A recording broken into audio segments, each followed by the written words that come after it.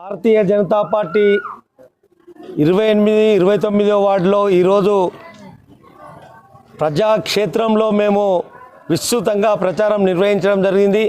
అంగరంగ వైభవంగా ప్రతి ఇంటికి మేము ప్రాధేయపడుతూ మేము ఈ యొక్క 28వ వార్డులో గతంలో 2007లో బై ఎలక్షన్లలో ఇందులో నేను పడమటి జగన్మోహన్ రెడ్డిగా నేను గెలుపొంది ఉన్నాను.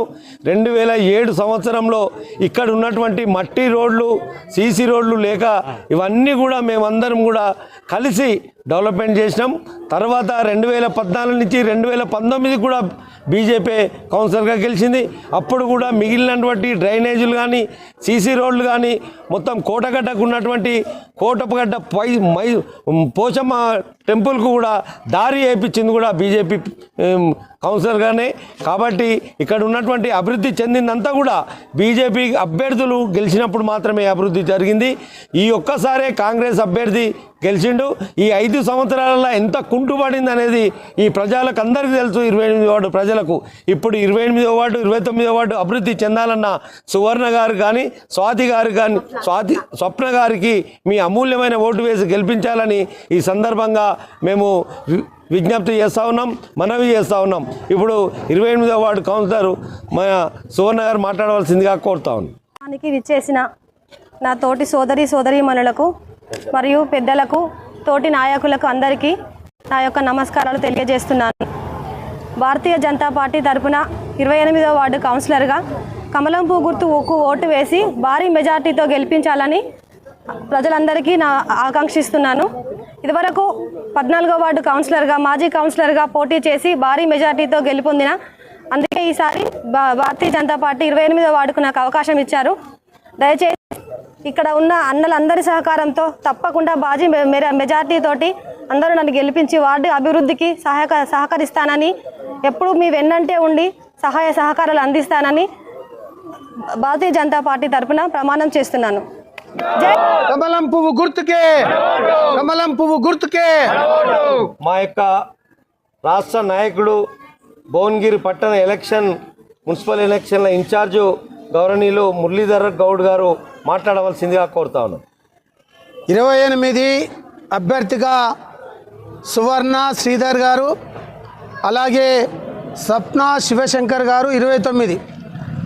ఈ యొక్క వార్డు ప్రజలందరూ కూడా అశేషంగా ఇంత పెద్ద ఎత్తున బ్రహ్మరథం మడుతూ మరి సోదరీమణులను ఆశీర్వదించమని నేను ఇక్కడికి రావడం జరిగింది.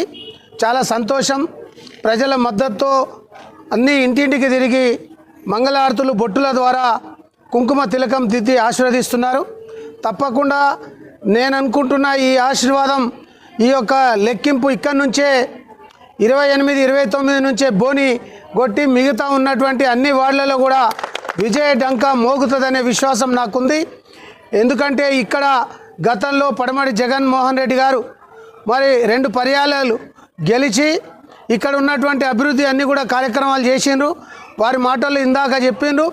అలాగే సువర్ణను, స్వప్నను కూడా ఆ రకంగా అభివృద్ధిని చూసి నరేంద్ర మోడీ గారి యొక్క నాయకత్వం, ప్రపంచ నాయకత్వం ఈరోజు ప్రపంచ దేశాలే హర్షిస్తూ ఉన్నాయి. కమలం పువ్వు గుర్తుపైన ఓట్లు వేయాల్సినటువంటి అవసరం ఉంది. నరేంద్ర మోడీ గారి యొక్క చేసినటువంటి సంక్షేమ పథకాలు నేరుగా అందుతున్నాయి.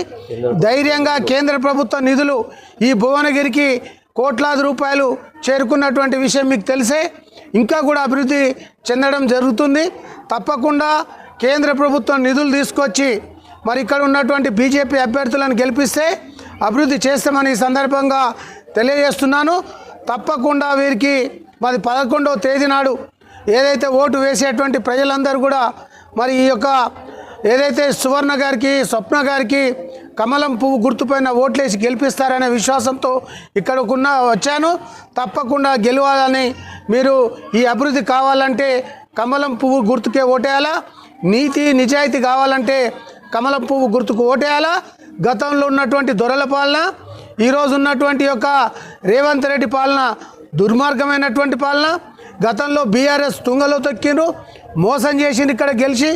మరి ఇక్కడ కూడా మరి గతంలో గెలిచినటువంటి వాళ్ళ ఎమ్మెల్యేలు కానీ, ఎంపీలు కానీ అన్ని రకాలుగా మరి డిస్టర్బ్ చేస్తున్నారు. ఇప్పుడున్న ఎంపీ కానీ, ఎమ్మెల్యేలు కానీ నిర్లక్ష్యం చేస్తున్నారు. 6 హామీలు అడిగితే ఒప్పుకున్నటువంటి 6 హామీలు తుంగలో దొక్కింది కాబట్టి ప్రజలను మోసం చేసి ఆ 2 పార్టీలను ఈ వాళ్ళ నుంచి తరిమి కొట్టి భారతీయ జనతా పార్టీ బీజేపీ మరి వీళ్ళనందరినీ గెలిపించవలసిందిగా నేను విజ్ఞప్తి చేయడానికి వచ్చినాను. భారత్ మాతాకి